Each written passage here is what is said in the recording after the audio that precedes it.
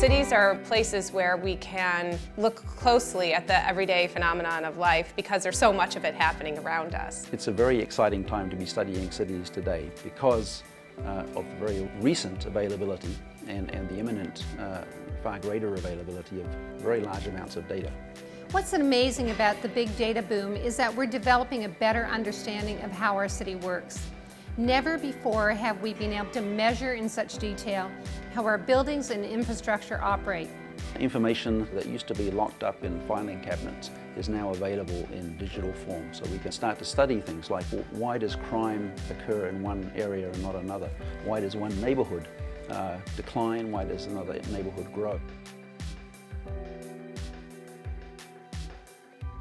The goal of the Data Science for Social Good Fellowship is really to take data scientists and train them to work on problems that actually matter.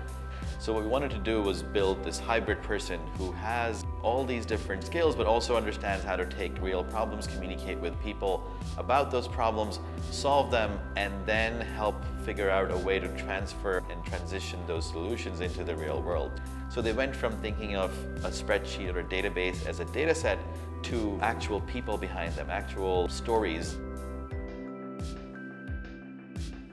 The Master of Science in Computational Analysis and Public Policy is a program designed to create the next generation of leaders in data-driven, evidence-based policymaking. There's no other public policy school in the country that's offering a degree like this. None of our competitors are. So this is the first of its kind to really be a fully joint integration between computer science and public policy in a way that's going to train people in a serious way in both disciplines. Intellectually, this is an exciting time to be starting a program like this because while people have recognized the importance of data for public policy for many years, what's new today is the ability to use data and access data almost in real time. Lakeside is an approximately 600-acre site that is on the southeast side of Chicago. It is a former U.S. Steel factory site, and now it is a brownfield. That means that there are a lot of opportunities down there to develop the site and really make it one of the most sustainable areas in the city of Chicago. Lakeside is, in size and scope, unprecedented in the United States. And the lessons that can be learned from this sort of project are the way in which social scientists can engage and collaborate with computer scientists, with physicists, with architects, and with developers to think about how to create a community that enhances the health and social life of its residents. When we start looking at these larger systems, the interdependencies become much more intricate. So for instance, if we plan the energy infrastructure a little bit differently, how could that then impact how the buildings on the site are designed, or how could that impact the water infrastructure? So we want to look at, if we pull different levers, how does that then impact different systems within the site?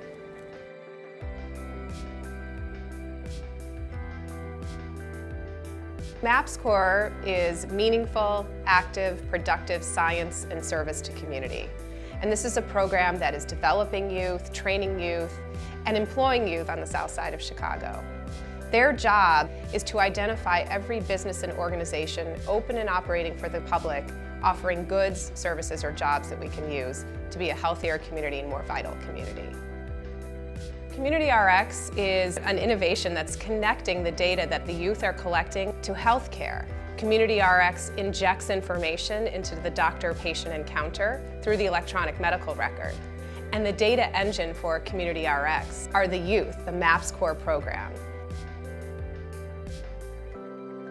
Chicago City of Big Data is an exhibition at the Chicago Architecture Foundation, which opens in March 2014. The City of Big Data will use Chicago's data-driven initiatives as the starting point for understanding what urban data is and how it might impact how we design and live. It's about taking the tools that we have, the scientific tools, the computation tools, the data that we have at our disposal, and using those to make cities and to make lives easier, to make the city easier to navigate, to make the city work better for people. What we learn that can improve city living, can make cities healthier, safer, can affect the lives of hundreds of millions of people around the world.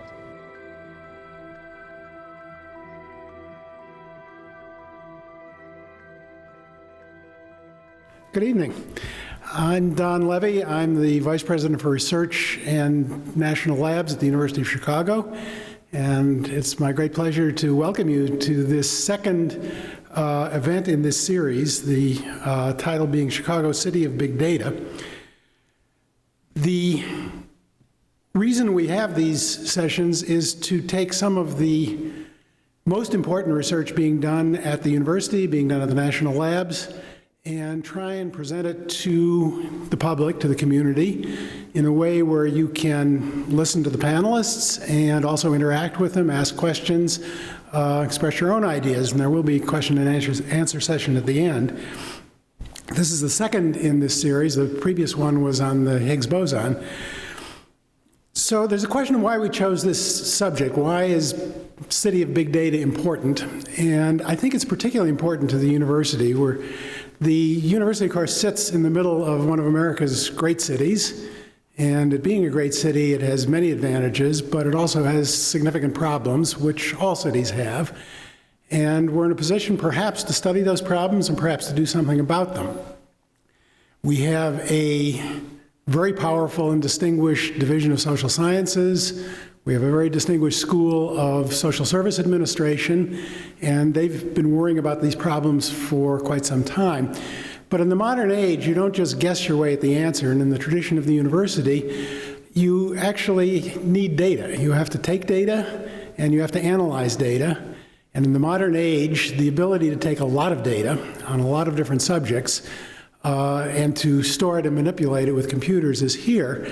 And what one needs, in conjunction with the social scientists who are studying these problems, is a way of analyzing these data. So we not only sit in the middle of a big city, but we have the expertise on both sides. We have the social scientists, and in the university and at the laboratories, we have the computer geeks. And where I come from, geek is an honorable title, and I'm not embarrassed to use it, who know how to analyze these data, who invent ways, new ways of analyzing and manipulating the data to try and give an answer to some of the serious problems that this city has and that every city has, in the hopes that we will improve life in the city and that we'll improve life in other large cities. There's an announcement I am told I must make, and that is that during this discussion, the screen will show a live Twitter feed of comments from our live audience and those of you joining by webcast. And apparently the audience on webcast is quite large. So please tweet your comments and questions using the hashtag UChicago Discovery. It's capital U, capital CHI, capital DISCOVERY. And some of those questions will be answered during the question and answer session following the panel. Being of an earlier generation, I have no idea what I just said, but apparently it's important. I would like to acknowledge some special guests who are here tonight. I think, as was mentioned in the video, this summer we had a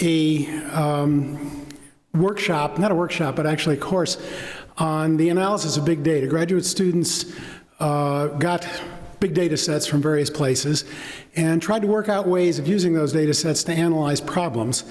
And last week we had a high school hackathon for Chicago area high school students and their teachers. And what this was a workshop which lasted all day, where the high school kids and the teachers got together with some of the members from the Data for Social Good program that was run in the summer, and actually tried to figure out what they could do with it. In the end, wrote apps or described apps that they might use to analyze this data. I'm very glad that some of the students and their teachers are here with us today, and I certainly welcome you to that. My last job is to introduce Ian Foster, who is a Distinguished Service Professor of Computer Science at the university, and also a Senior Scientist and Distinguished Fellow at Argonne National Lab, and is characteristic of how this business works. So Ian has a joint appointment, and in addition, he is the Director of the Computation Institute, which is a joint institute between the University of Chicago and Argonne National Lab. And the idea of these joint appointments and the Joint Institute is to take advantage of the best resources, intellectual resources at both institutions to try and work on very hard problems, which you couldn't do in any other way. Ian is internationally famous for his work in computer science, particularly on distributed, parallel, and data-intensive computing technologies. And he's also used his methodology and his technologies and applied them to a number of real problems in science and in social sciences. This is what the Computation Institute is all about. It's supposed to be a meeting of people who develop these techniques, but then apply them to real problems. So it's a pleasure to have him here tonight, and I'll let Ian take the stage from here. Very happy.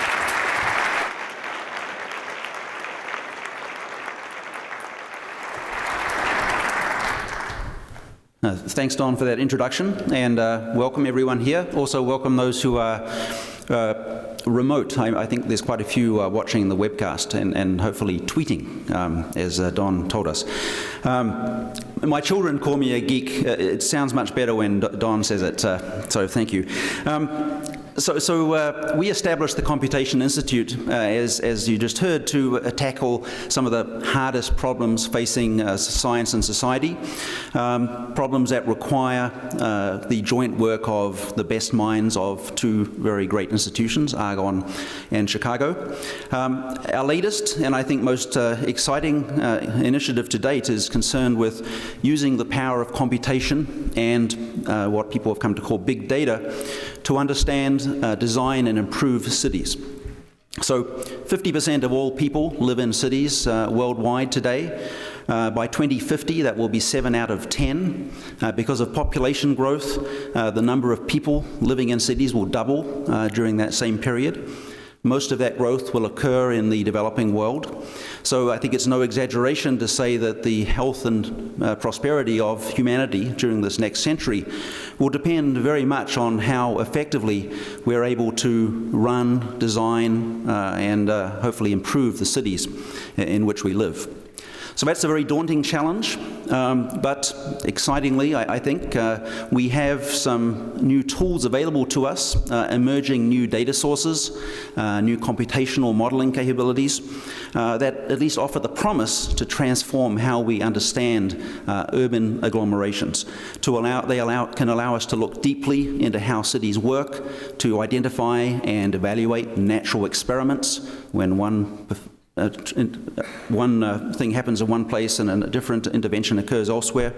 And we hope to provide those people who are charged with designing and running cities with better tools that they can use to evaluate the policies and actions that they propose to undertake before they actually put them in place. So that opportunity is why I and others in the Computation Institute worked with Charlie Catlett to create the Urban Center for Computation and Data, or UrbanCCD, as he likes to call it. This is a new research center devoted to improving cities through the latest computational techniques. Charlie Catlett, we're very fortunate to have got him to take on this position. He's a senior computer scientist at Argonne, a senior fellow in the Computation Institute. He's also a visiting artist at the School of the Art Institute in Chicago, so a real Renaissance man. As founding director of UrbanCCD, he has been working for some time now to bring together scientists, social scientists and computational scientists, engineers, environmental scientists and others from area universities and labs, not just Argonne and Chicago, to bring together people from the Chicago technical community and also, very importantly, people from the city of Chicago and other regional policy-making bodies. With the common goal of evaluating science-based approaches to understanding and, we hope, improving how cities function. Charlie came to Argonne and Chicago from Urbana-Champaign. He was previously Chief Information Officer at Argonne and the Director of the National Science Foundation's TerraGrid initiative, which was an amazing project to link supercomputers and universities across the country. Prior to coming to Argonne, he was at the National Center for Supercomputing Applications, where he, among many other accomplishments, participated in the development of NSF-Net, one of the early national networks that evolved into what we today call the internet. So he was one of the early people sending emails when the rest of us didn't know what that was. So in any case, please welcome Charlie to the stage, and we look forward to the discussion.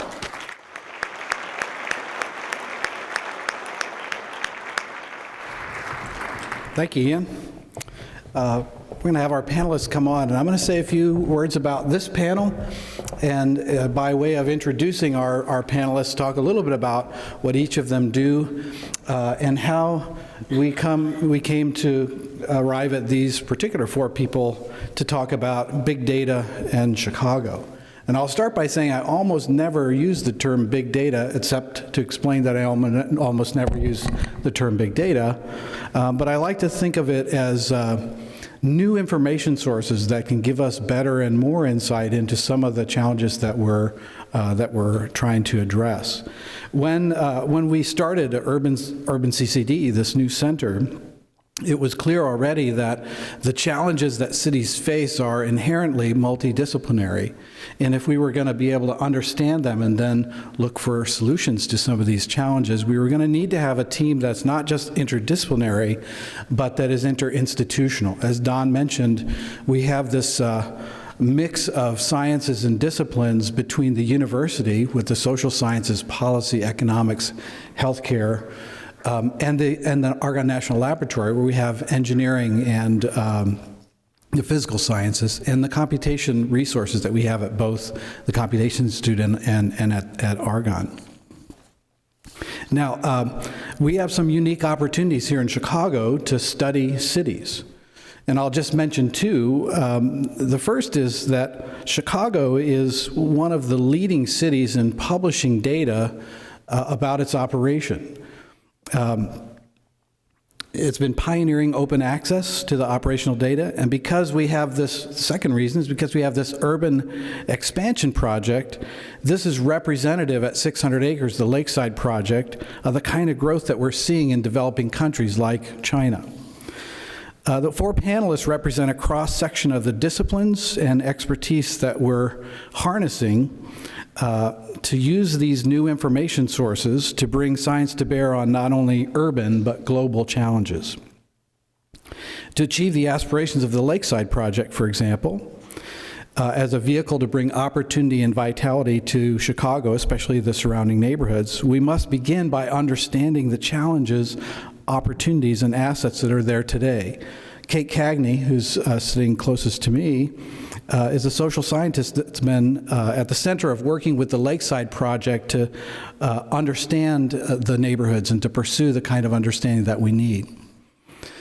But the traditional methods for understanding neighborhoods usually look at a few variables at a time. To really understand social systems and economic systems, it isn't a matter of mapping a couple of different colors or looking at 3 or 4 factors to a given challenge. It may be a matter of looking at dozens of factors. To deal with these kind of new sorts of information, we have to bring to bear the new tools from computer science in machine learning and data analytics and predictive analytics. Raed Ghani, who's sitting next to me, has been doing this kind of analytics in industry. He's been doing it as part of the Obama re-election campaign. And he's come into the city, to University of Chicago, to not only provide these kind of tools to social scientists and others at the university, but also to train a new generation of students who can go out into the world and tackle those challenges. Now, the new data sources that we're talking about are very diverse. They differ in terms of the rates that they're coming at us. They differ in terms of their format. They are disparate in terms of how complete or incomplete they are. Some data is cleaner than other data. This is a lot of work in computer science challenges just at bringing together the data in a way that allows a social scientist or a community member, a policy maker, to understand the data and to apply some of the tools that Ryan and others are developing. Brett Goldstein, to your far left, has also been doing this kind of work in the startups, in the startup industry in the city of Chicago.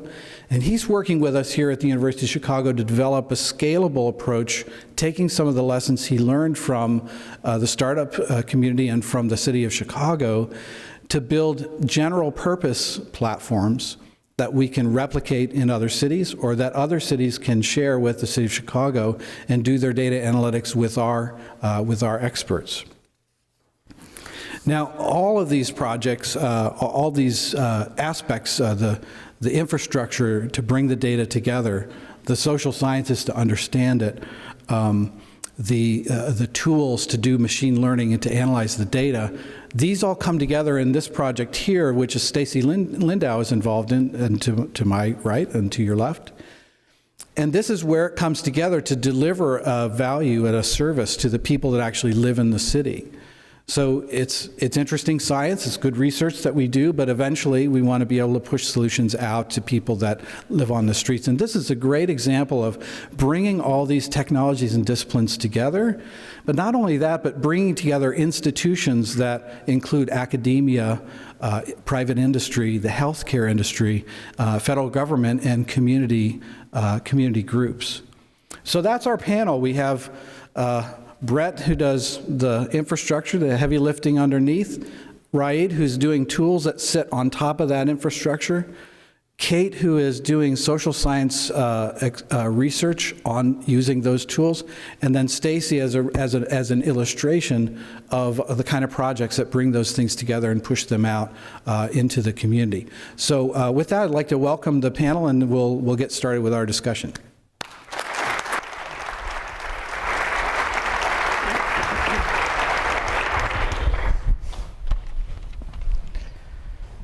So I'd like to maybe ask a question of you, Kate, and then you, Stacy. Each of you works in some way to improve the quality of life in urban areas, the people that live in cities. What is it that intrigues you about that work, and what is it that you're working on that most excites you about working in that area? So maybe I'll start with you, Kate. Yeah, I'm going to begin by talking a little bit more about Lakeside. So as you learned from the short video, Lakeside is approximately 600 acres. It rests between 72nd and 87th on the south side.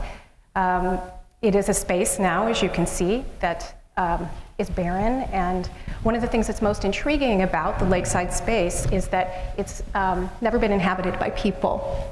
So that means that there aren't any pre-existing norms, there isn't cultural succession, there aren't these other things that mark how communities change over time. So we have the opportunity to be engaged in this community and in its development from the inception. I'll share too that right now the space is held in a joint venture with McCaffrey Interests, that's the developer, and U.S. Steel as a partner, and they are collaborating with Skidmore, Owings & Merrill to think about the conception and design of the community. And so one thing I think that's most compelling and intriguing and indeed very exciting, and I might even go so far as to say a dream project, is that we can really see how this community is emerging, as we would say, from the ashes of industrial space. One key challenge, and Charlie shared a slide earlier which showed differential employment rates in the communities that surround Lakeside. And one of the things we want to keep in mind as we consider the development of Lakeside is that the communities that surround it are what we might characterize as resource poor. And actually, if you look at median household income in those communities, nearly half are significantly below the threshold of poverty, our federal guidelines for poverty in the United States. So I think we need to think carefully about how to create a new community that's synthetic with the existing one on the south side of Chicago. So one way we hope to address that, and one way we hope to get to some synthesis, is to engage in a set of studies, a suite of studies, one of which will begin with a baseline study, a social survey of the surrounding communities. One reason we want to focus on that is that as social scientists, we believe that social surveys give people a voice.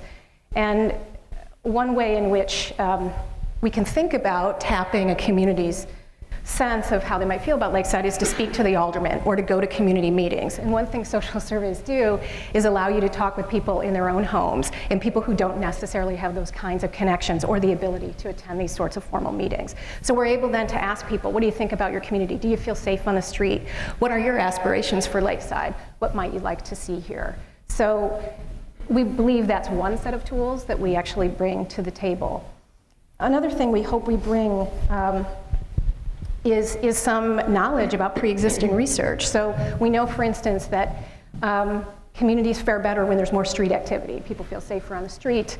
What creates street activity? Well, it turns out destinations create street activity. So is there a nearby coffee shop? Can you go to the dry cleaner? Can you walk your kid to school? All of those things create social glue in communities. They mean people make eye contact. And from some of the research we know about here, it's those sort of, what we might describe as weak ties that actually lead to things like chances for employment, that they can be instrumental. They don't necessarily provide emotional support, but those connections can matter. And they can make people feel safer, more comfortable in their communities over time. So, I guess I'll close by saying that we hope all of this work will lead to something that we're describing as a social innovation zone. And by that we mean that it is the social that is the key component. And we think about commercial innovation zones or technical innovation zones. And I know, Charlie, you've been working very closely with SOM, thinking about Lake Sim, which hopefully we'll talk about later on tonight. But it's really the idea that there can be these central locations that create the opportunity for people to gather and to come together and create the kind of safety and connectedness that I described. So, for instance, we could think about Home Depot as a commercial anchor, and we'd like to think about, maybe the fountain in Millennium Park as a social anchor, or a school or a clinic, creating that kind of space in a community that inherently is social. So with that, with the social innovation zone, we really hope that Lakeside could be a catalyst for the South Side more broadly. What you, Stacy? So I think, hello, echo. It's a little echoey. Good evening, everybody, and thank you so much.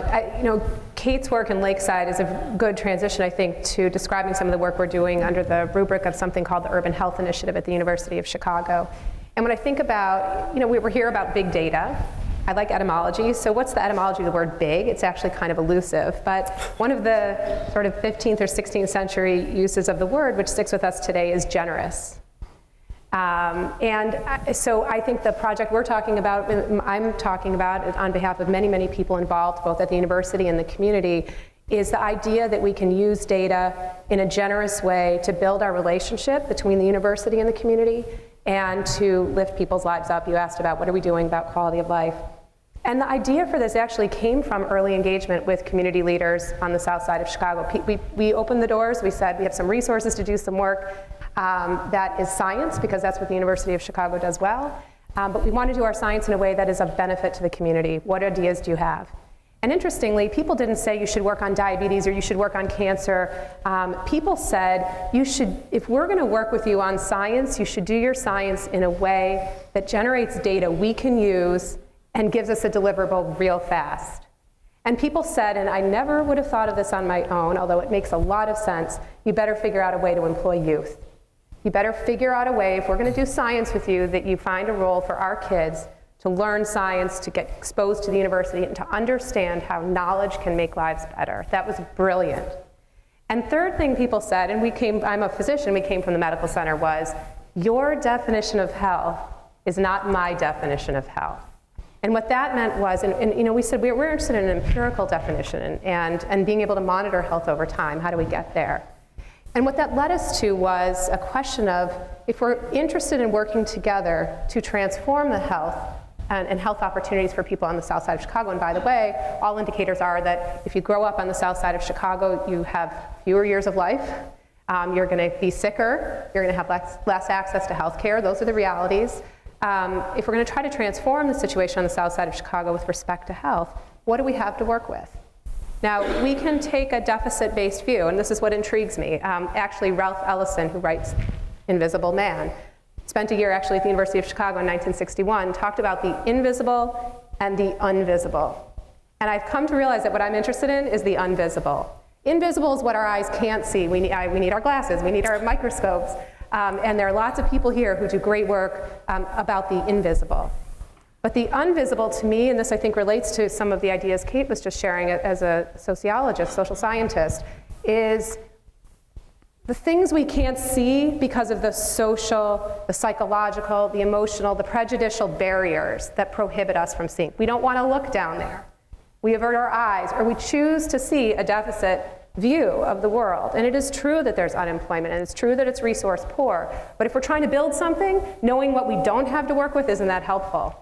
So we decided with the community that what we needed to do was identify every single asset we could leverage for the purposes of better health and better vitality. And we had to figure out how to use the kids, so we employed kids, put them in teams with college students here from the University of Chicago. They walked up and down every single block of every single street. Now they've done this 5 years running with a map app, a little phone-based application. And they now, we could share our data with Kate and the Lakeside Project. We now know every single business that's operating in all of those communities that you see in the map here. And we know which ones are new and which ones are old. We've put the invisible on the map, and now we're able to connect that information up to real people so they can use it to better manage their health. So it's not really big data, I don't think, in the true sense of the word, but the bigger our data becomes, I think the more we have to worry about what's not in our data. And it's harder and harder to tell. The bigger the data gets, it's harder to tell what's not there. And that interests me. So let me turn to you, Brett, and then Raid will go next. You've done your work in Chicago. You've worked in the city government, tried to use data and information sources to affect how cities run, ultimately for the people that Stacy and Kate have been talking about. Have you learned some lessons that you can transfer to not only other cities, although that's important, but also to global issues that maybe aren't specific to urban? Sure. I'll probably give two answers to that. So when Mayor Emanuel recruited me to be the chief data officer for the city, everyone said, oh, we don't do this in Chicago. And that was 2.5 years ago. And here we are today, like we're on a panel talking about the city of big data. Like, it is amazing how far we came. People said we couldn't do open data in Chicago. Chicago, we were able to build within 2 years the biggest open data program out there. So the lesson from this for me was things are doable. That when you have an executive like Mayor Emanuel who says, this is going to be our march, we are going to use data smarter. We're going to integrate, I sat in the policy group in the mayor's office. We are going to mix together your traditional public policy with a quantitative framework.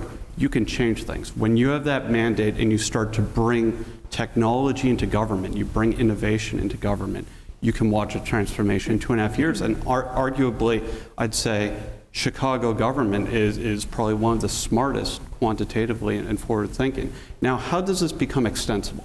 One of the things we learned in Chicago was it's very simple. You need to break down silos. Everyone operates in their worlds with the, this is my data, this is my lens, and I only think about my stuff. I spent a couple of years breaking those down and then starting to think about how cities work based on spatial temporal data. How do we forget the details of the event and just consider a point in space and time? And then figure out how can we bring all of this data together and start figuring out how do these points and polygons and things interact with each other. The lessons that we learned in the past few years really they're extensible. They apply to Chicago, they apply to the small town. As we solve these issues of how do you manage big spatial data? You spoke to infrastructure. How do we bring these together in an extensible way? How do we make these techniques and algorithms reproducible? Anyone can start to use it. So you then are able to ask important social science or medical questions, or have people like Raid build tools that will apply to the small town, the big town, things like that. And I think where Chicago, and certainly University of Chicago, are leading the way are, one, a commitment to open source platforms, where when we build things, we leverage things like GitHub, but at the same time, U of C has a commitment to bringing together things like public policy and computer science. We have the new computational analysis and public policy program. People aren't doing this, and as we create this framework, it's portable. So, right, you just ran this program last summer. You did a dozen projects with 40 students. All of them weren't urban. I mean, what are you learning that goes beyond cities and to global issues? Yeah, I mean, I think, as people living in America, we're sort of trained to think we're very special and very unique and have very special needs in a good way. And I don't think we're that unique, right? I think what cities are because cities are basically a set of infrastructure and people. And rural areas have the same infrastructure, less so in a lightweight, and people, fewer. So I don't think there's anything special in that way about cities other than being sort of larger infrastructure, density. So what motivated the summer program we ran at the university, which sort of brought together students to work on sort of social problems, wasn't to improve cities, it was to improve society. And it turns out, if you improve society, the effect is predominantly on cities because most people live in cities. But that's not really the intention to sort of single out cities and say, well, if you live in a suburb, which many of you probably do, you don't matter. Or if you live in for God's sake, in an exurb or even further away, a rural area, you don't matter. So I think what we really looked at was how do we take data, and I used to say, I used to work with big data, now I just work with useful data. I haven't really worked with big data in at least 3 years. I haven't even seen it in 3 years. It was the Obama campaign, not very much data. I worked over the summer with urban data and lots of nonprofits. Again, not very much data, but I would like to think it's useful data because it's impacting society. So when we worked over the summer, we really focused on large social challenges around education, healthcare, sustainability, transit, public safety, disaster relief, community development, and how do we get information about people and their behaviors that we can observe, and then use tools to predict different kinds of actions they might be at risk of. So take actions such as, what if somebody is really qualified to go to college and do really well, they don't end up applying to college? What happens to them? How do you help them get to college? How do you inform them? Or looking at kids and seeing they might be at risk of obesity, but they get lost because there are too many kids. And when you average out everybody's data, you can't really detect these things at an individual level. Or looking at some of the work happening in, for example, the new Cook County Land Bank Authority around which properties do we invest in that results in sort of maximization of the economic development of the area.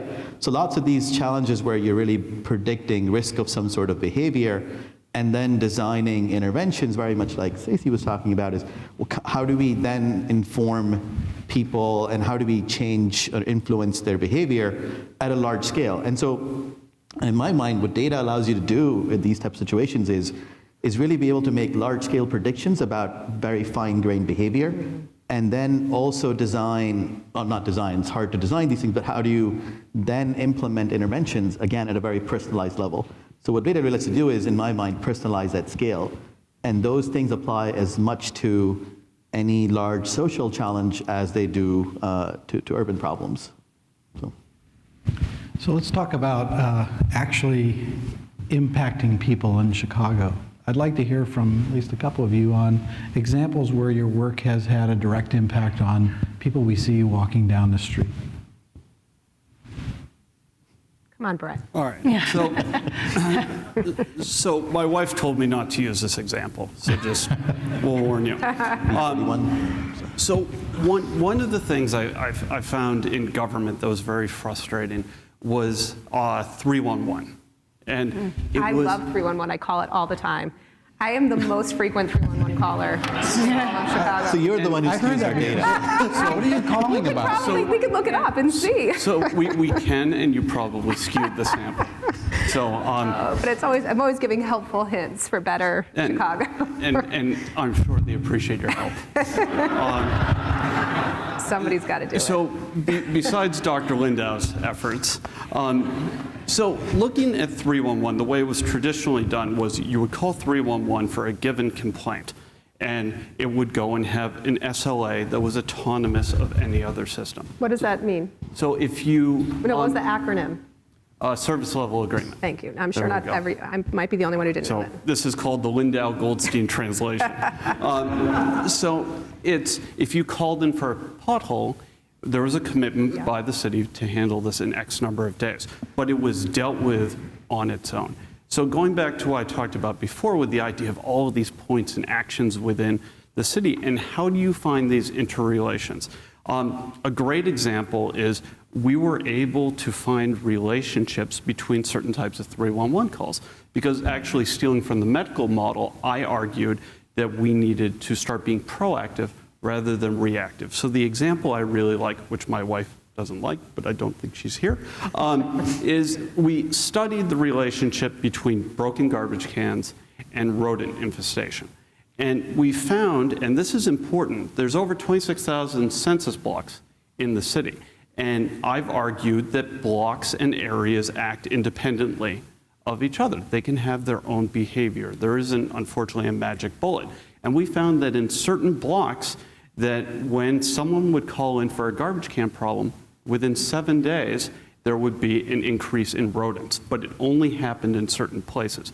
So we were able to launch a pilot where when those garbage cans were called in those target blocks, we would intervene early and then in turn prevent the rodents. So if you envision the model of the future, we as government and we as sort of the community are able to provide these inputs or sensors, and we can start to do things smarter. Instead of chasing our tails being reactive, we can start preventing. And it's a tiny little example, but it was a start how in Chicago we started to do things smarter. So projects like that, I think, get at sort of the future of how we can have smarter government based on data. So one of the things I think that's interesting here, you sort of glossed over it, but what Stacy's point before was, as you get more and more data, you start relying too much on that data and stop thinking. So one of the challenges that happens with 311 data is people are calling. So you're assuming that if they don't call, there is no problem. And then your entire policy is based on 311 not as one of the sensors, but as the data. And so when you start doing analysis, you overly focus, and there's been a lot of studies like that where, you know, the hurricane in New York last year around election time, where people looked at all the tweets that were coming about the hurricane happened to be from areas that were not affected at all by the hurricane. If you look at 311 data where people are complaining about potholes in areas where they don't have any bigger problems to worry about. So how do we sort of think about, as people who are helping define policy using evidence-based methods, how do we deal with lots of data, and how do you caution people against being too reliant on whatever happens to exist, instead of going out and sort of fixing that problem and being more responsible around it? But I think one answer comes from the group of students who worked with 311 data in the summer program. And they were looking at clustering, right? And the different sorts of calls, so maybe many of them were your own. Stacy was her own cluster. She was her own little cluster. But what was so fascinating about the work they did was they really thought carefully about the kinds of challenges that existed at very different levels of aggregation. So were people calling in about potholes? Were they lights in disrepair or sidewalks? Was it about a lot of calls about lawns that weren't mowed? So it was interesting. So some of it was actually related to calls about other private property, but some was about whether or not the city was actually responsive, and that also clustered by neighborhood. Yeah, I mean, there was a program this summer that Megan at Computation Institute was running, and she had a bunch of high school students going around the city and kind of almost verifying data and seeing how many potholes are here, to kind of validate and see what's actually happening on the ground, as opposed to relying on this data that nobody's ever really verified. And I think that's a great start of looking at what's really behind this data, what's the actual physical instantiation of this, as opposed to just dealing with this bits on a computer. I had a You're point to the make. 311 I was going to build on your excellent point. I appreciate that. Well, no, I think the extension, I mean, 311, I know it'll be a running joke now, but whatever. It's on the Twitters out now. there. Yeah, right. Stacey Lindau clogging up 311. But I think, one extension of like the consumer-facing extension of the 311 example is imagine that the person like I who called actually can see the problem resolved. And whether I see it because you put in your SLA that the problem has been resolved, or I see it because there's no longer a pothole in the street or the street light, is back on, it's that, to extend your medical model idea, the biofeedback, the ability to take big data to identify, maybe prevent or early response to a problem is the first part. But then how can we use the data to actually feed back to the real human beings who are really behind all the data? And I would say, one of the experiences we've had working with the youth in MAPSCORE has been, which is the Meaningful, Active, Productive Science and Service to Community, the mapping project, because everything needs an acronym, is by taking the data they're collecting and connecting it up to the healthcare system where real patients are getting this information on prescriptions every day, the kids also know they're accountable for the data. Right? If the real world is going to actually use the information, like if 311's really going to tell somebody about the pothole I'm calling in and somebody's going to really fix it, and there's that extra layer of accountability that I think influences whether people are going to call 311 the next time or whether a kid next year is going to sign up for the program. I don't know that I have it quite fully formed, but this notion of the people behind the data and the accountability for the data, the integrity of the data is really important in terms of how we make conclusions from the data. So I think there's two interesting tracks here. Like Ryan, you raise a great point, and I think this is the scientist side of us. This is one of our challenges for the years to come. We have, how do you handle this? And it's not enormous, but this noteworthy near real-time data, sensor data that's coming into the system. How do we conquer some of these interesting unit of analysis questions that I think we haven't solved yet, and I think are interesting. With that being said, and I'm putting my government hat back on here, one of the dangers in academia, I think, is we want to have the big, perfect solution. And no, we need to, maybe our academic side says that, but when we're dealing with real people in the real world, small change makes big impact. I have a personal interest in error in payment algorithms, I know, or whatever. Say you identify 0.1% in a $9 billion budget. That's pretty cool.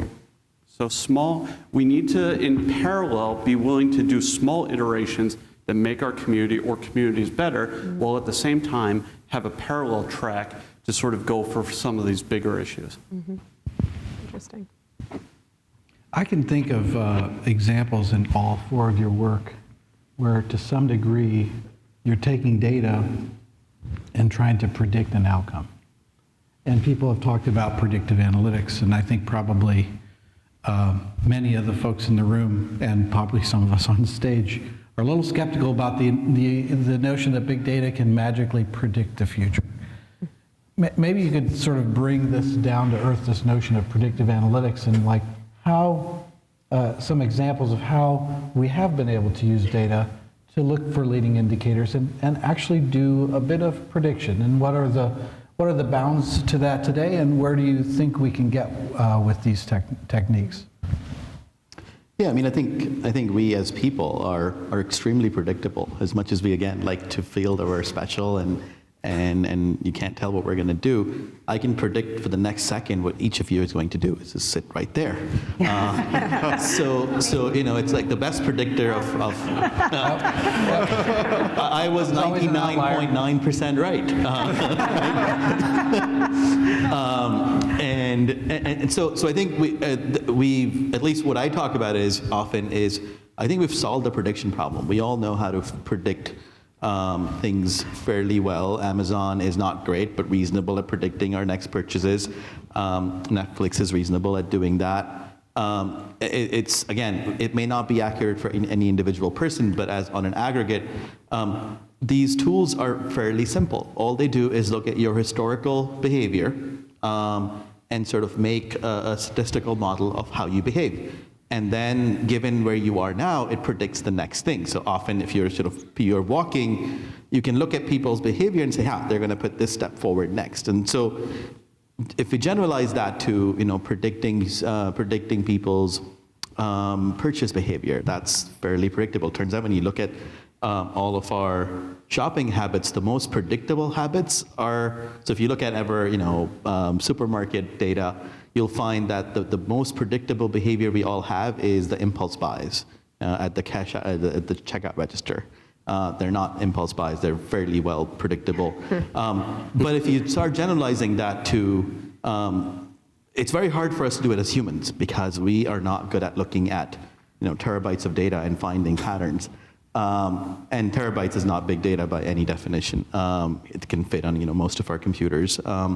But what computers can do is look at large amounts of data and find these markers of sort of pattern which can detect what's going to happen next.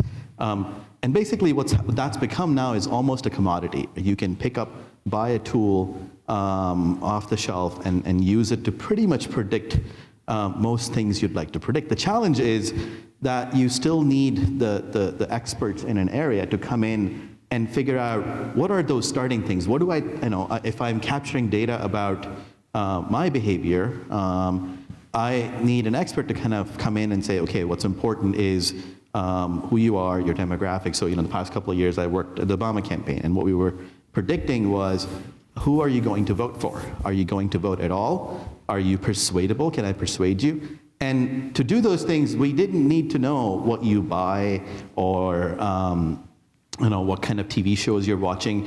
To predict if you're going to vote in the next election, we needed to know, have you voted in previous elections? To predict if you are going to vote for Obama, we needed to know sort of certain basic things about you, around your demographics, where you live, your gender, your ethnicity, your age. And we need to know it about a sample of the people, and we can use that to then predict it about the rest of the country. And we can predict it fairly accurately. I think that the interesting part we're moving towards is, that's one piece of the puzzle, right? So I can predict what you're going to do. The useful part is not the prediction. The useful is, how do I change that behavior? What if you're at risk of some sort of a disease? I can predict it and watch you suffer through that disease. That's not very interesting or useful to anyone. It's how you take action and how you influence this person to change their behavior. That's where the real power is. And I think that's what we're moving towards by kind of just looking at the people here and many of you there, it's those two worlds are kind of coming together, where people who have tools to make predictions and do lots of analysis, and then people who understand the world enough that they can figure out, how do I change behavior of individuals, and you put them together, and now you have something which can actually change society using all sorts of tools that we have access to. I think, in healthcare, you just described a really a big trend in healthcare. So the insurance companies, all of our insurance companies are using our data about our claims to hotspot us. And they're looking to see which one of us is about to cost them a lot of money, okay? And they can do this, and they can do it very effectively. It's the predictable nature of our healthcare spending is very, very high. But then what? So let me just give the example of a patient here on the south side of Chicago, nobody in specific, just a general example, who gets hotspotted by the insurance company. So now what do? Somebody from the insurance company calls up the patient and says, hi, I'm really concerned about your health, and I want you to go see your doctor. Well, we don't like advice from our insurance company, first of all. So there's a problem there in sort of who's delivering the message, because we sort of question what their priorities are. But let's say we could get that message to the patient's doctor, and now the doctor calls and says to the patient, you know what? I've been looking at your records, and I'm just worried that things are going in the wrong direction. Can you come in to see me? And so that's fine, that works, and there's technology that's doing this, and the patient comes to the doctor, and the doctor says, your diabetes is really out of control, and I think there's some things we can do to keep you out of the emergency department, but you've got to really lose weight, and you've got to exercise, and you've got to take care of your feet, and you've got to take your medicine. Bye-bye, and the patient leaves. And the data we have on the other end, especially in less resourced communities, about where the patient's going to go to do those things is awful. I mean, I'm sure there are people in this room who are wondering, why do we have kids walking up and down the street mapping businesses? Haven't you heard of Google? or Yelp? I think that's what I said to you when you first. I think you did, and pretty much everybody has. Is there anyone from Google in the room? Okay, I know you're here somewhere, but I'm sorry to say, but the data from the youth, and my colleague Jennifer McLarsky, who is in the audience, is a lead author on this paper, the data from the youth are in every sector of our economy, not just healthcare, 30 to 40% better than the best available data from the commercial sources that everybody's using. Why? We have an unvisibility problem. Why aren't all our businesses and social service organizations, and why aren't they on Google? You know, why aren't they in the mainstream places people go to look for information? Well, these are important questions that social scientists can help us answer. But it reveals the data problem. We've predicted the bad behavior, we've delivered the message, and now we just push the patient off the cliff. Or we say, you know what, there's a place where you can go to lose weight. It's called the YMCA, and I'm going to give you a referral there. But there's a 40% chance when you get there, it won't actually be there. That's the quality of data we are giving people. So at some point, when you're making decisions about sort of where to put your next dry cleaner or what investment you're going to make, having data with 80% certainty or even 60% certainty is fine. But if you're actually going to take those data and give it to a real person and expect that person to act, to change their behavior, and they go there on their last dime and they show up and it's not there, or it's there and they're not eligible, or they're not allowed, or they can't get in the door because there's no ramp for the wheelchair, then all those big data have failed us. A huge waste of time and money and effort. So now I'm getting all riled up. We should all just leave right now. Charlie, So let's just go home. Call 311. Go ahead. No, I was just thinking about sort of linking back more broadly to neighborhood, that some comments you made this summer and some of your work with Bob Gerga about thinking about the composition of a neighborhood and then what you guys were describing as neighborhood vitality index or neighborhood health index, but trying to look at the constellation of factors that might put a neighborhood on the edge in some sense. Is there some way that you could think about a particular number of foreclosures in a neighborhood, which then might mean that other businesses, or businesses more generally disinvest? Or are there some, or foreclosure accompanied with some level of depopulation? So I was really intrigued by that idea, and the idea that maybe we could then, that could inform interventions at the neighborhood level that could sustain some of those communities. And maybe I'll turn this to Red, because I think the question we were grappling with is, if you could track a neighborhood over, say, 50 years, right, would you be able to find leading indicators when a neighborhood is about to go into decline, or alternatively, things that happen right before a neighborhood revitalizes or takes off? And can you imagine doing that sort of thing with neighborhood data in a city? Yeah, I mean, it's interesting because if all the social scientists here are probably just cringing as you say that. Like, just look at data and figure out what's happening. I mean, you don't have to, treat half the city and not treat the other half. And how do you convince the city to run? It was only a question over there for Brett. How do you make a city run experiments to design? I was actually ignoring that question. Yeah. So there are some pretty hard ones. I know. I'm looking at those. Yeah, you got to see them coming. Who are these people?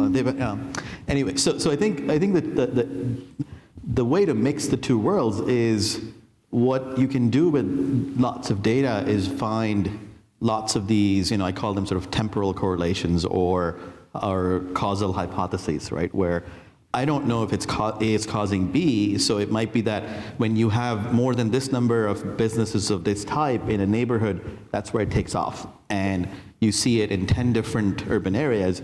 So there's no proof that it happens, but as Brett said, that shouldn't mean that you should sit there and not do anything.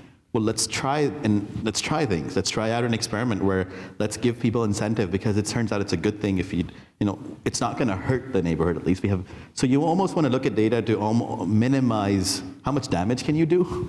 And if it doesn't look like there's going to be much damage, then it's worth trying out some of these things to then test and see, does it actually lead to those things? Because you don't really know until you do it. So you're going to have to run those experiments. But I think people have found many times. I mean, I think health is, or medicine is one of the areas where you look at insurance data, which is extremely useful, right? Because it's the only place where you've pulled in medical data from around the country. So if you take somebody like Kaiser, they've got this amazing data source that nobody else really has. A hospital only has their own data, but now you can take Kaiser, who has data from everywhere. You can look at leading indicators of many, many, many things. Now, it doesn't prove anything, but it's a much data source than kind of sitting around and pondering what the best action to take is. And we've got from my side, we've got these tools. We've got them we've had them for many, many, many years. It's not like they just got developed yesterday. These tools have been around, but the problem is that people, and I'm sort of part of that group, people like me, we're worried about solving the Google problem of how do I improve your search result from number 7 to 6? And how do I give you the best friend recommendations on Facebook? Because otherwise your life just wouldn't be complete. And we're not really worried about the problems that actually matter. So that's sort of my frustration is we've got these tools, we've had them around forever, and we're not really using them towards problems that actually matter. And I'm hoping that we can do that, right? It's the summer for us was a start, the working with the city, working with hospitals, working with school systems. But I think it needs to be broader, as we started off by saying, it's not just about Chicago. Chicago is just sort of an example of what we can do, but hopefully we can make it a much more broader thing where the first thing people think about when looking at and thinking about data is not finance, it's not search, it's not social networks. It's community development and healthcare and education, because Facebook it is the world for many people, but it is not the world for most people in the world. You see, I see Chicago as being an incubator for trying something new. Now, if we go again a few years back, and I said, hey, let's get a social scientist, a computer scientist, an MD, and everyone's going to work together to talk about problems. That just wouldn't happen. And it goes back to what I talked about before with, and I sometimes overuse the word silos. Like we see this from academia to bureaucracies to the private sector. You go to back in the day, it was, data, that's a database administrator, and they just make sure it works. And now you're seeing this advent of analytics groups and things like that. So what I hope to see in Chicago and also particularly at U of C is breaking down those walls. Like this is the kind of dialogue that should happen. You talked about sort of worrying about the whole Facebook likes thing. Clearly that takes some brain power on the CS side. The whole like thing, whatever. But with that being said, this is an opportunity to say, I can solve some really hard problems from the CS side. Stacy, Kate, tell us the problems and how do we frame that? As Charlie and I focus on building this infrastructure, while I do have inductive tendencies, at the same time I should be saying, what are the hypotheses we can be testing? And as we merge these things, I think that's how we start to solve some real problems.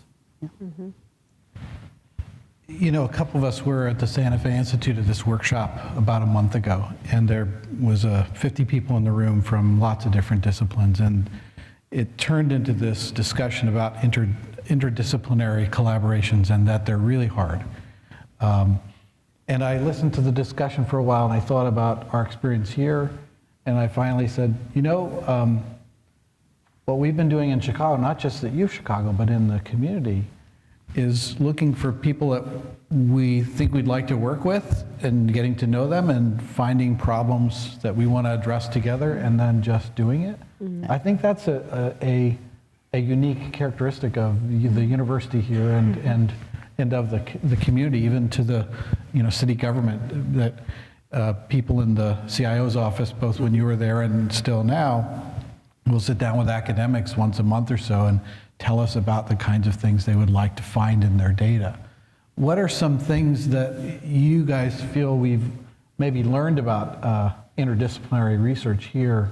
What are some insights that you've learned that you've gotten from working with people in other areas? Want me to start? I could take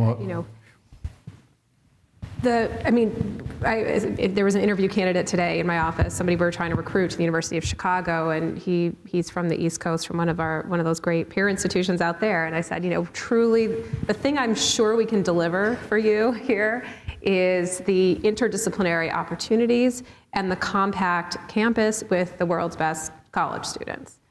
And you take that combination of things and then you put it in this incredibly, I see it as rich, I'm an asset-based person, but it's incredibly rich, diverse community. And if we think of the community as the south side of Chicago, 34 communities, 800,000 people, 95 square miles, we have a microcosm really of the country at least. So I want to say that one of the most greatest joys of being a faculty member at the University of Chicago is that interdisciplinary opportunity. And I find that for me, I've worked with such a variety of people. Every time there's a different problem, there's a different team of people to work with. And that's just a tremendous asset of this place. And I can't underemphasize the brilliance of the people we've worked with from the surrounding communities. People, community practitioners, people who lead community development organizations, people, and again, back to Ralph Ellison, who talks about the ingenuity of the invisible person, right? You have to figure out how to move around. No one pays attention. There's a great deal of resilience and creativity and commitment, and although there are town-gown frictions, just like on every campus in every urban area in the world, I found a great deal of generosity and ingenuity in the community. And I think that we ought to consider that part of the interdisciplinary nature of the work we do, and one of the great assets of the university. I mean, one of the things that universities, so interdisciplinary is a buzzword that every university uses, right? And every department in every university uses. But at the same time, when you're dealing with computation and data, you can't really do anything without working with somebody else. You're completely powerless. You need data from somebody else. You need them to tell you about what this data is about, how was it captured, what does it represent, and then you can do all sorts of predictions and analysis, but then you need somebody to do something about it. So you're kind of sitting in the middle, completely helpless. And so it's not a buzzword really for people who are in computation data and these types of things, because we are absolutely powerless without the piece here and the piece here. And I think that's one of the things that attracted me to come to this university, is because those pieces existed, because there were people who cared about sort of data and were collecting it, and people who actually were interested, had community partnerships that would allow us to actually do something with the data we have, and sort of just kind of sitting there, plotting it, making maps, and admiring how good the data is. It's actually doing something with it.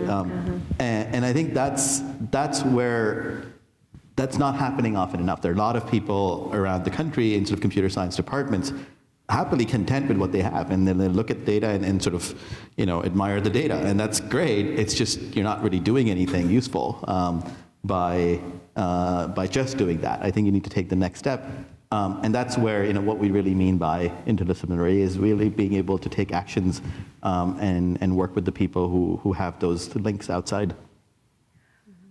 Yeah, and I would just add to that, and sort of related to your earlier point about collaboration more broadly, is that one of the things that has been such an interesting learning experience for me is just the different vocabularies that different disciplines use, and also sort of when we're talking with the developer or with architects, we're working on Lakeside, even the idea of a survey, it turns out, has very different meaning to me than it does when one surveys the land.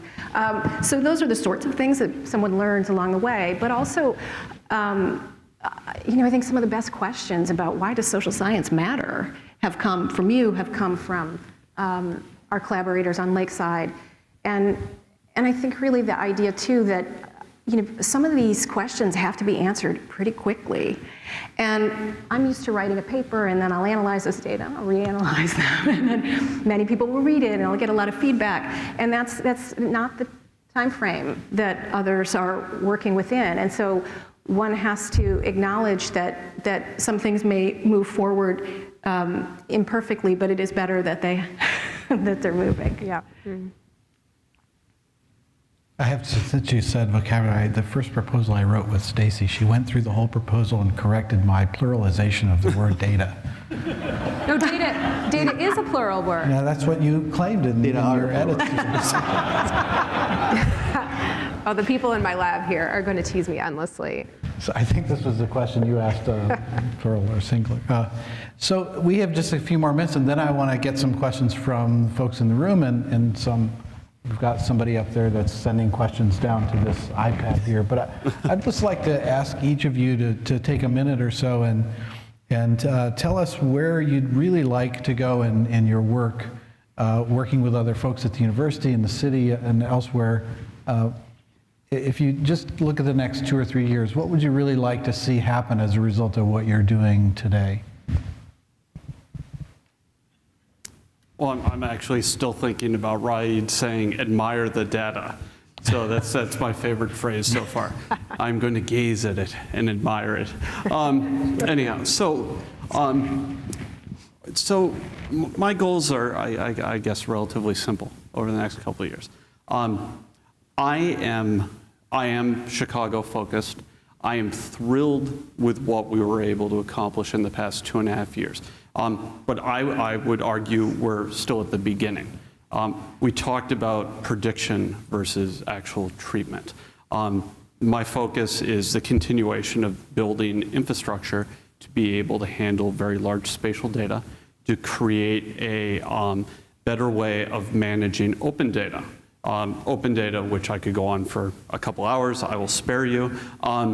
There's been this big push toward open data getting released. I would argue it has become spreadsheets on the web, and it is difficult to use. One of the UFC projects we have that I collaborate with Charlie on is adding that into a scalable infrastructure, where we're taking this data and making it more usable. And this accomplishes a couple things. One, I want to ensure that we continue to promote open data and promote the transparency that comes with it. And if we continue to go down the spreadsheets on the web path, we might lose that momentum. But at the same time, it's great to release it. Now we need to use it, and now we need to be smarter. And smarter not just in prediction, but starting to be able to treat and starting to be able to do things in that proactive versus reactive way. So as we look toward the next couple of years, I think we need to continue to advance the science. I think we need to advance the infrastructure, but we need to foster these dialogues. And it's not just the cohort we have here, but continue to foster these relationships with government. Chicago is an example I like because we have an executive sponsor who believes in the power of data. We have the example of we received an award from the Bloomberg Mayor's Challenge for building a government system to help predict and make cities better. So I think we're going to have to watch that closely for the next couple of years, but I think we have a model here with all of these pieces where we can really lead the way and have Chicago and UFC be at the center. Kate. So I think in the next few years, I'd like to see how Lakeside evolves, and I'd like to be very much involved in that process. I hope by 2016, as they break ground for the residential space, that it will be a community that is informed by the social. And at least, to my knowledge, and maybe I'll learn this through the Q&A, I've not known of another community that's emerging in this way at this size and this scale, and it's incredibly exciting to think that we could be in there assisting in the way we think about where buildings are placed or where transportation and commerce exists, so that we facilitate social interaction and then track how that changes this community over time. To be able to examine that prospectively is such an amazing opportunity, but also to see social science in action, which is really one of the critical features of this institution, actually, from its founding. And so it feels like we're part of the spirit here. So yeah, so I hope I continue to work on that project far into my retirement. I think I'll have that opportunity. We kind of, on the Lakeside project, I think we kind of didn't emphasize the scale. Yeah. And just to interject, the Lakeside project is the size of the loop. Yes. It's 3/4 the size of Central Park in New York. There isn't another development in the United States at that scale that's common in Somebody tweeted that already. Sorry, that? Somebody tweeted that already. Did they tweet that already? Yeah. Good. I think the map with, I think one of the that maps means was it's really this unique opportunity in Chicago for a social scientist to see that level of development and scale of change, and to think of how that work could impact some of the growth that's happening elsewhere in the world. Right, and to think about, to think about how that can be informed, how we can think about integration in all sorts of ways, particularly on the south side of Chicago, by race, by class, by age. There are ways that this kind of community can be informative, I do think, globally. Yeah, so I guess, what are my goals? One of them is to be as much of a pain as I can for governments doing well. to get them to actually release more and more data in a usable form. Just putting it out there doesn't really, it's a good start, but it's not enough. As Brett said, we need to keep pushing, and that push has to come from outside. Because if we consume data, find problems, and go and annoy the hell out of them, they will finally want to get rid of us and do something about it, right? So that's, I think, that's necessary. It needs to be done. Somebody has to do it. Second thing I think is education. I think we've got students who are extremely excited about this type of work once they find out that this is possible to do. And one of the unfortunate things is not enough people know about these type of things, that these problems exist, that these problems can be solved, that there is data, and then there are people who care about them. So I think another goal is to really train students, get them motivated, excited, passionate about these problems, because we can only solve so many problems. We don't have enough resources to tackle every problem. We'll take our pet problems, the big ones that we think matter the most, but if we keep producing people, that sort of amplifies our effect. And then I think in terms of sort of large problems, I'd like to be able to sort of figure out how to scale influence. How do you influence people in order to help them achieve the outcomes they want to achieve, right? I mean, like I have a Fitbit. I've had it for about, 3 months. It hasn't changed my behavior at all. I look at the data, and I look at the graphs, and I look at the number of steps I take, and that's the only behavior change I've seen based on that. But in terms so you admire the data. I know. It's my own data, so I can admire it as much as I want, anytime I want. But it it works for some people, what I've heard, so if you can figure out what influences, what kind of information or intervention influences what kind of people, and if you can scale that in an automated way where an expert isn't touching one person individually and then trying to sort of design something that can scale to many people, that's sort of my dream, is being able to do that to solve sort of large community problems. Well, so I guess the first time we met, so Brett had something to do with OpenTable.com. I'm sure you've heard of it. And so one of the dreams is that connecting people to the programs, the services, the resources, the things people need to be healthy every day is as easy as it is to make a reservation for dinner. Why isn't it? I mean, OpenTable's brilliant, and I love it. I use it all the time. You can keep on going. Yes, Brett, okay, I'm just going to tell you all a secret because it's getting late. It's practically cocktail hour. I think we might have missed it. Brett said that if I meow, that he would give me a big present. And so what I'm going to do is ask Brett to help me work on the idea that connecting people to the programs and services they need is as easy as it is to make a reservation for dinner. And so that's what you have to do. I think I'm in trouble now. In front of this whole audience of people. We weren't supposed to play the meow game during the panel. We were getting silly backstage. But, so that's one vision. I mean, the other is seriously, and I'm not a businesswoman, I'm a physician, but I believe that the work we're doing, we have to find sustainable solutions for the work that we do, or else it's one-offs. It was a good period of 5 years, and then it's gone. And if we are able to figure out a way to generate savings for the healthcare system by more efficiently connecting people to high quality information about how we can all take better care of ourselves, and we can use those savings to employ youth to become the data scientists of the future, and we one day have a real health information technology company, I guess I might have to call on you for that too, here on the south side of Chicago, maybe in Lakeside, where the kids who are joining up and doing the work with us, it's hot in the summer, and walking up and down the streets can see they work hard now and they show leadership that they're going to go to college and they can come back here to the south side of Chicago and have a great, exciting job and career. I mean, that for me is the big vision. And will it ever come to be? I don't know, but we got to think big.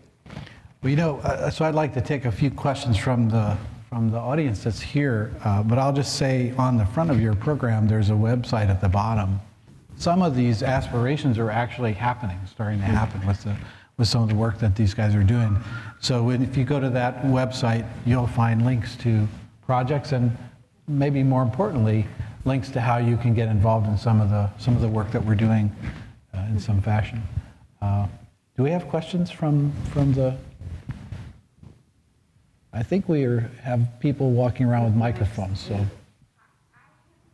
Right. I have a question for Raid.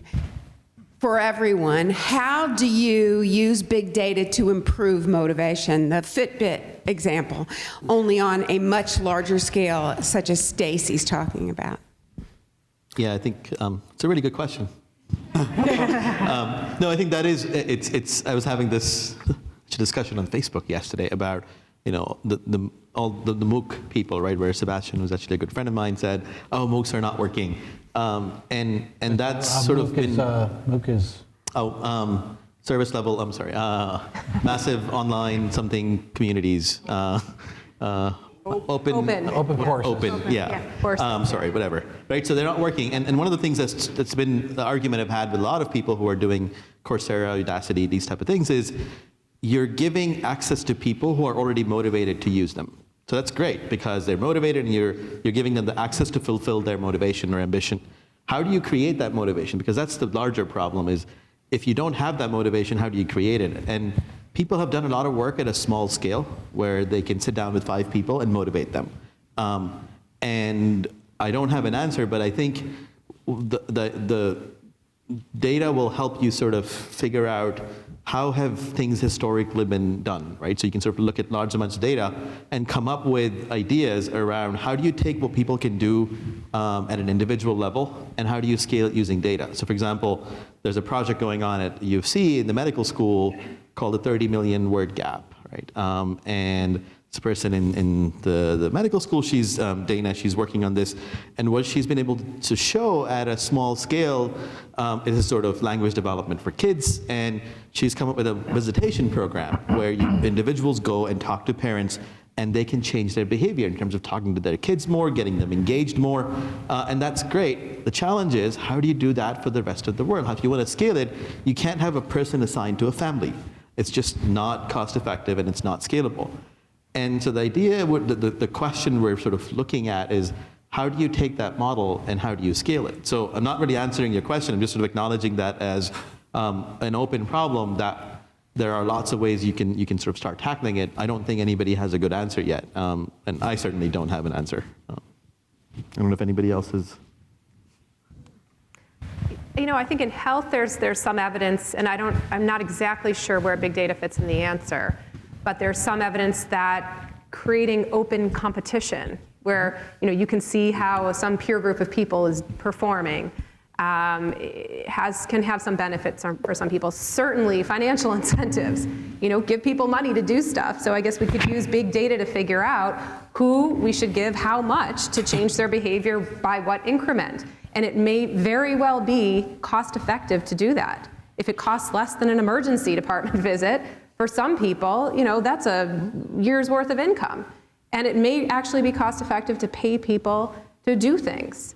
So I think, I think there are some ways. I'm just not I can see where the big data come into predicting what's going to happen, but I'm less clear on how we aggregate masses of data real time to actually motivate the behavior and then give people that biofeedback. I mean, one thing that works is, so social proof, right? We've sort of seen it work in lots of cases, and social proof is sort of telling people, everybody's doing something, you should do it too.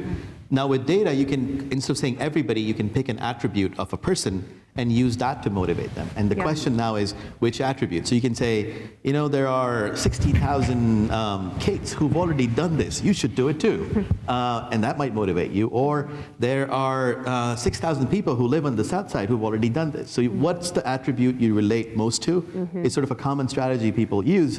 And that's a scalable strategy. It just hasn't been tested in a large enough So we used it quite a bit in the elections where we told people all sorts of these things, and that motivated them to go and vote. And we can sort of prove a lot of these things. Does that also work in healthcare? Does that also work in community development? I don't know. Well, there's some evidence also that some of these interventions shouldn't be directed toward individuals. They should be directed toward social networks, or they should be directed to the family or at the neighborhood level, that we can be too narrow in terms of thinking about the way in which we intervene. And for many kinds of at least health-related sorts of effects, certainly exercise, people tend to show up when they know that others are expecting them to be running along the lake at 6 a.m. or whatever else. So the idea that perhaps the intervention isn't tuned well is, I think, something to consider. And I think just like we use, I don't want you to feel bad about all the science that goes into Google and what number. I really appreciate Google, and I like, when the thing that I want comes up first, that's really helpful. Fine. It's not that much worse. It saves me a lot of time. But I guess, imagine that somehow through the data I produce through my decisions every day, the machines I'm interacting with learn whether I prefer gain frame or loss frame messaging, right? Yep. So that the message becomes, 1,000 people with your characteristics dropped out of a heart attack today, but if you do these 5 things, you won't. Right.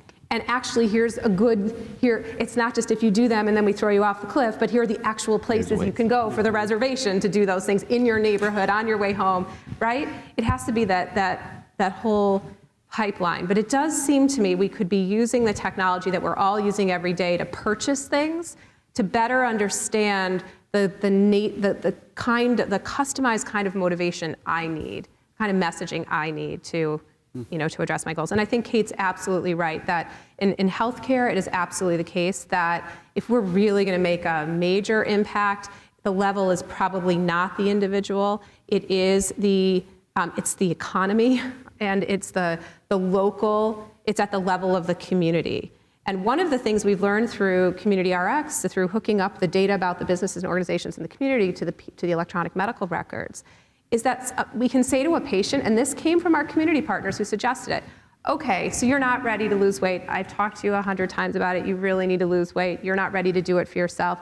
But there's a great organization in your neighborhood that's offering, low cost or free healthy cooking, and they have a walking group. And if you just go there and just show up, don't do it for you, do it for them. Because you're going to keep that organization going by showing up. You're going to show them that you're happy that they're in your community. Motivating behavior through people's concern for their community, I think, is a new way. I mean, that's not the way doctors usually talk to patients. So we'll have to learn over time whether that can work. But that's good for business, that's good for communities, that's good for doctors, it's good for patients, and so it should Did you work. say you were not a businesswoman? I am. I'm on a mission. We have a question up at the top there, or 2. Hi. I am wondering, and I think you started to get to this, about the resource gap that goes along with this, right? In some communities, I'm wondering, I guess, both if you see big data having a possibility to shift resource allocation, but also in the question on the Southside project, if you encountered where there weren't the resources available to refer people to, and the challenges that posed. Yeah, thanks for your question. On the second part of the question, while we're very asset focused, we recognize that there may be some programs and services people need, but that we just don't find in the community. And so we are looking for that. We find those when we generate these healthy RX, these healthy prescriptions. It spits out with a line that says, you need this, but we can't find one in your area. Well, then my team, several of whom are sitting here, can analyze those data. We can identify what people can't get. And what we're doing, where we are now in the project, is designing reports back to the community-based service providers, which can be for-profit businesses like Walgreens or a YMCA, to say, these are the people, not the actual people, but in the aggregate, here are the kinds of people we've referred to you from these zip codes with these diagnoses who need these kinds of services. And you had these services, but we couldn't find anywhere in the community this thing. Let's say it was pest control, which is good for people who have asthma. That's a business opportunity for somebody.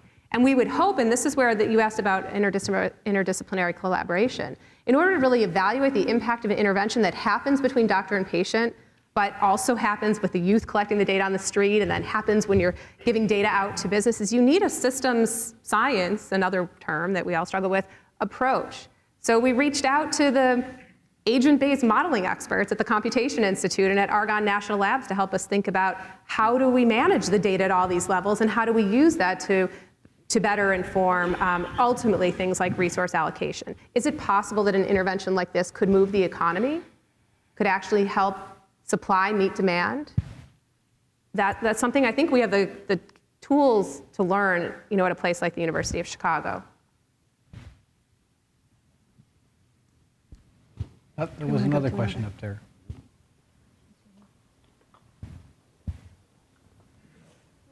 This question is for Brett.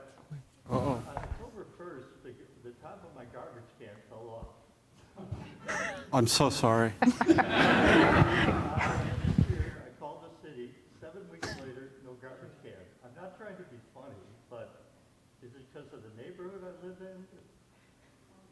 Because I told them I was concerned about that. So I guess my sort of answer of I retired from government last June might not get me terribly far. Or my wife told me not to use that example. Never talk about rats in panels. Actually, your wife called and asked for paying you back. This is revenge. So I don't know the answer to your specific question, but what I'll do is a pivot. So one of the things that I pride in Chicago, and does this get at the core issue? No, but the fact that what we've done in the past couple of years is make the data accessible. So when you called 311, you could get a service request number. You're able to, every day we publish, well, the former we, I'm retired, we publish the data on data.cityofchicago.org. It is a robust open data platform with all of these tickets being listed, so you can find out. And if your queue is too long, you can then call 311. The other piece that Chicago sort of pushed ahead on is Open 311. The idea of having an API, application programming interface, to get ahead. Excellent, you're a quick learner. Where people are able to use applications like SeeClickFix, or write mobile software so that you're able to integrate with it. Does that get at your specific issue? No, but is the first step in something like this is transparency. All this data is posted in near real time via Open 311, and that allows people to find trends, to be able to get information, and then question it or offer ways to improve it. So I don't know about your garbage can. If you need help, we can talk afterward. I might have an extra one.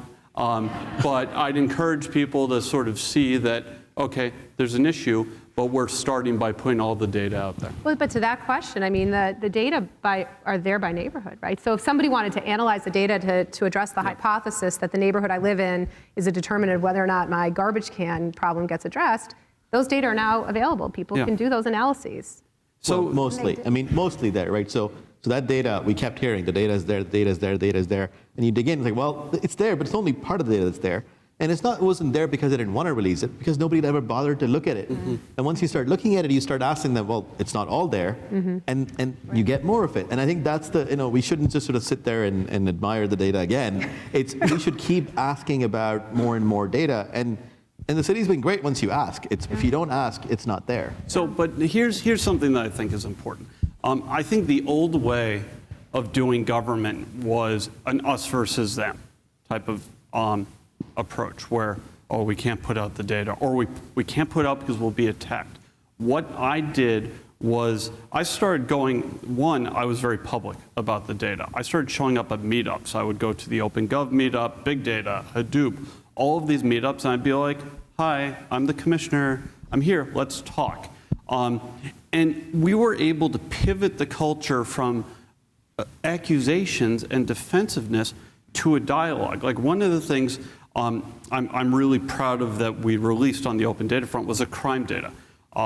We released all incident level crime data from January 1, I think 2001 to present. And when we released it, it was 4.7 million rows of data. No one had done that.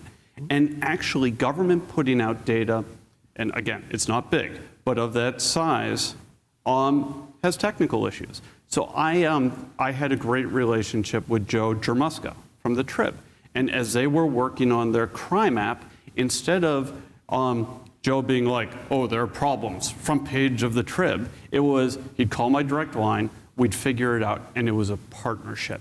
And I think when we look forward to talking about 311, crime, permits, licensing, all of these different things, the way we advance this is partnership. Because I can speak from the government side, where government, in Chicago wants to release data, they also want to engage academia to work on these problems. So it's all about the partnership. So I'm going to go with the person with the microphone here. I just want to say, that there is it's an offer of transparency that sort of takes away one piece of conflict. Mm-hmm. And we talk about Gord's gifts of usable research data. It's a way of taking the data we have and kind of packaging it for the community partners we visit with. But the idea of we're not going to, the community saying, we're not going to tell you exactly what data to collect, just make it useful, just make it about stuff we care about and make it available to us. Everybody needs data to get their work done. And I think that the transparency, I think that's what happens in the relationship with the news media, because they need those data to do better reporting. Mm-hmm.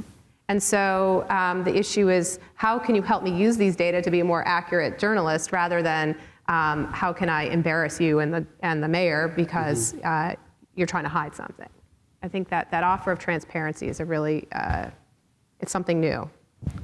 So we have just a few more minutes, and I've seen at least 3 hands up. So that we can get through as many questions as possible of people that are here, I'm going to ask for the questions, and then one of you give a really fast answer that then you can maybe, if it's not a good enough answer, they can follow us up with us. But I think it's good for us to actually hear what the questions are. So ask your question real quick, and somebody will answer, and we'll go right to the next one.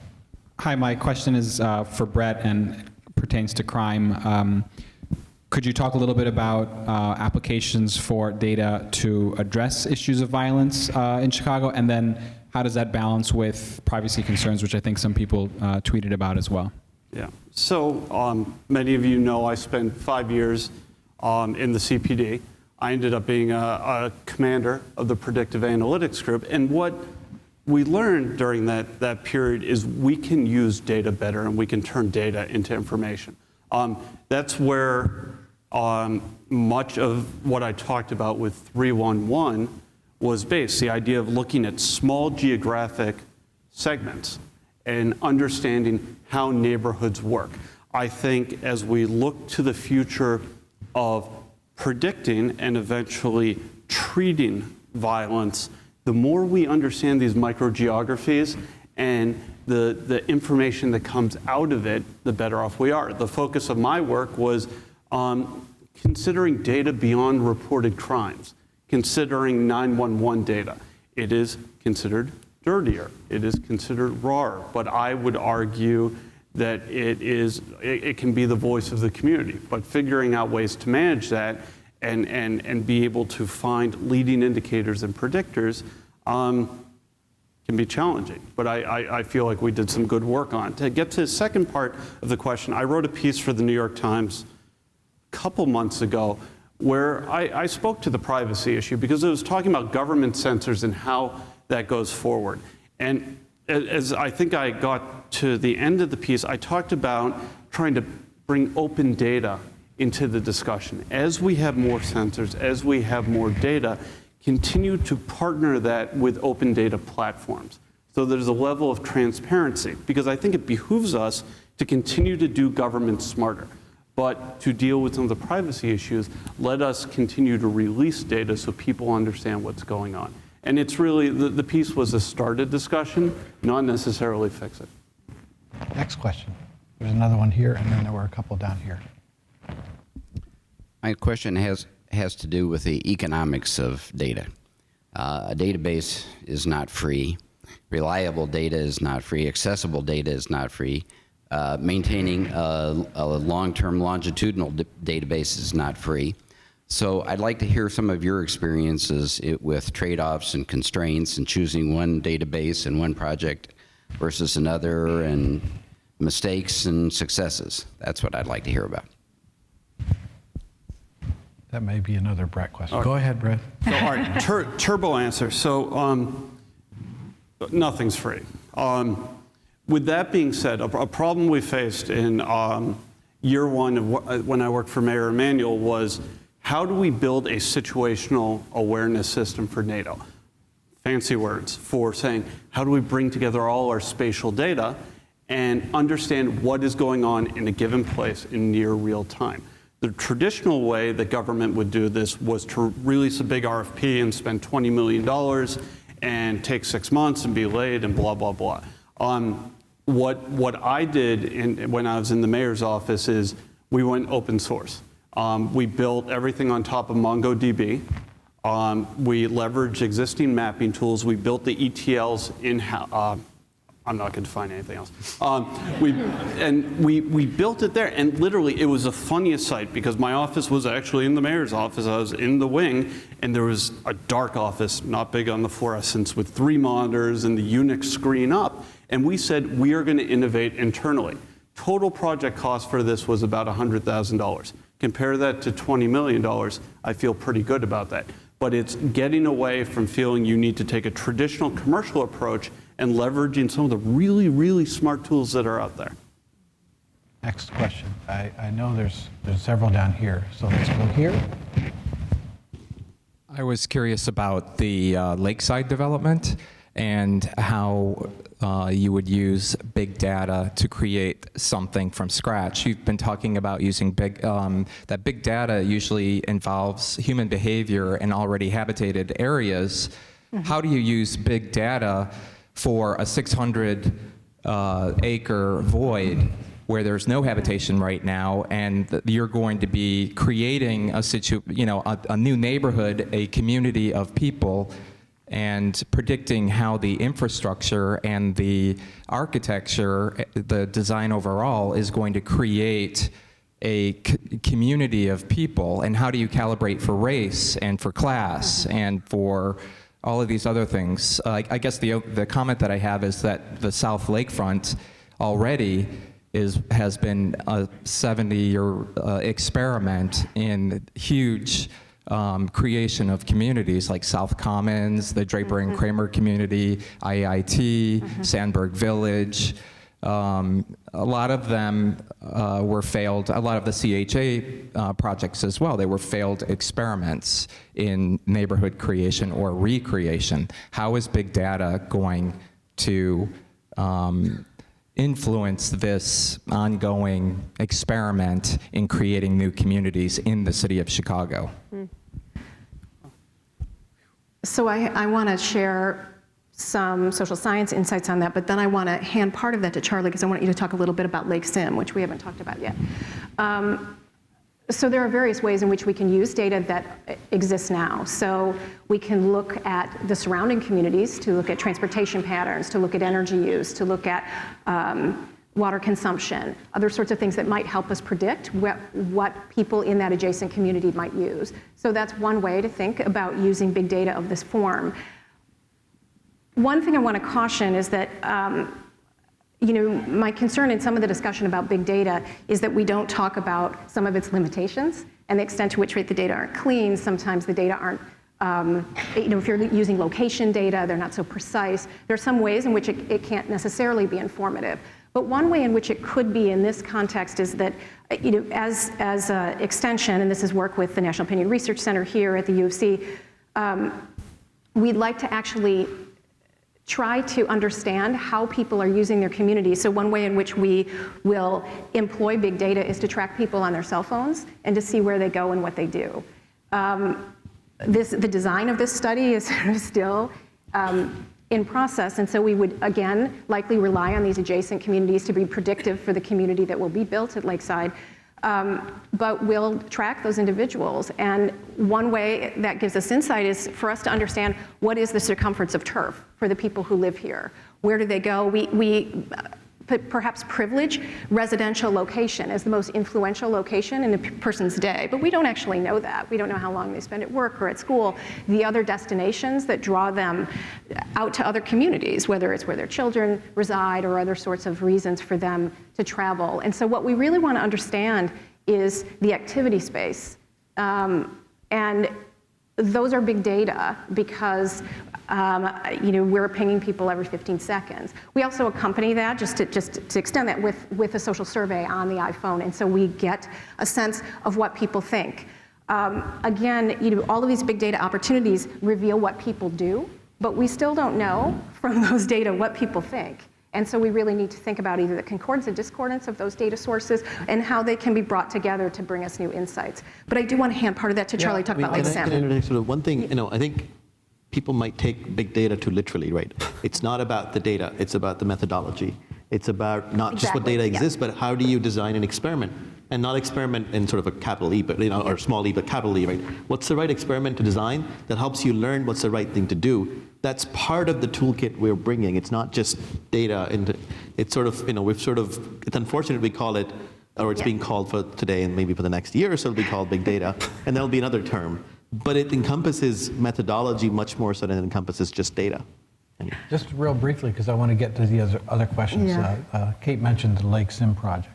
McCaffrey Interest, the developer that's doing the site, along with University and Argonne National Laboratory, have jointly funded an effort to take the tools of the design trade, the architecture trade, and underneath them, undergird them with computational simulation models that we have that are proven in other contexts.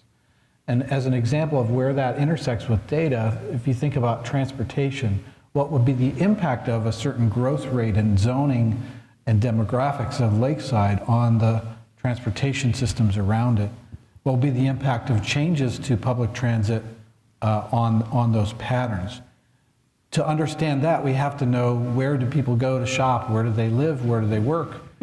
Because those models are based on activities that generate trips.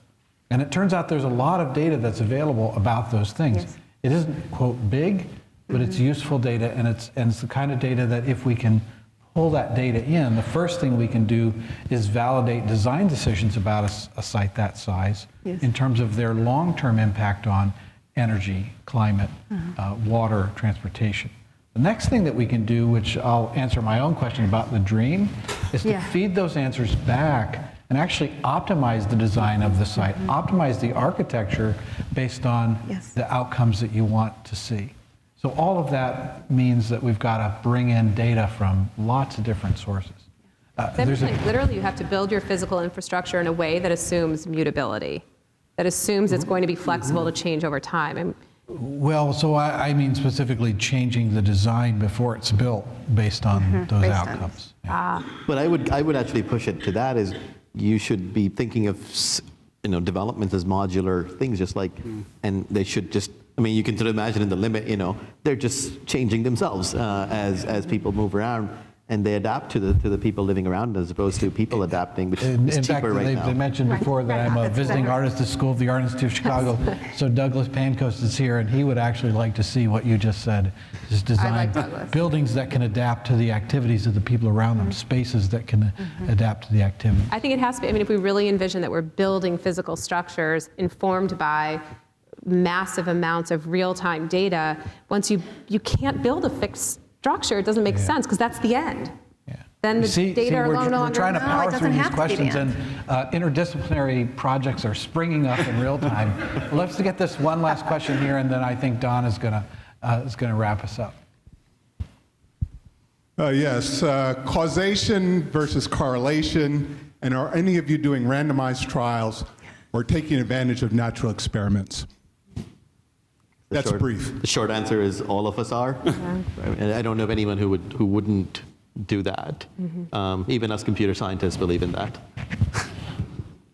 And there's been some discussion in the Lakeside design feature, and actually my economist colleagues are particularly interested in these sorts of models, whether there would be a way to randomly assign a particular kind of design of public space, such that we could see if where people collect varies over the area within Lakeside. So some experiments like that. The extent to which we can randomly assign residential location, it does not work so well.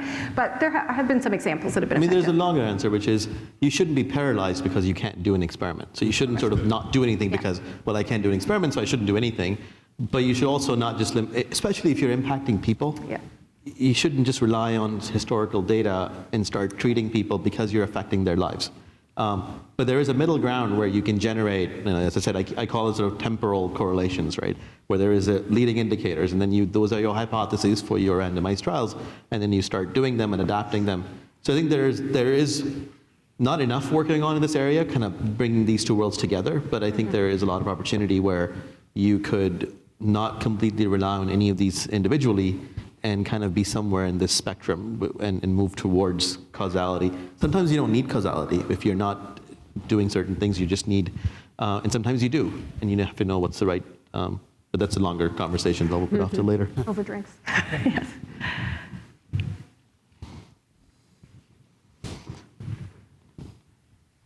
You want to take the last question?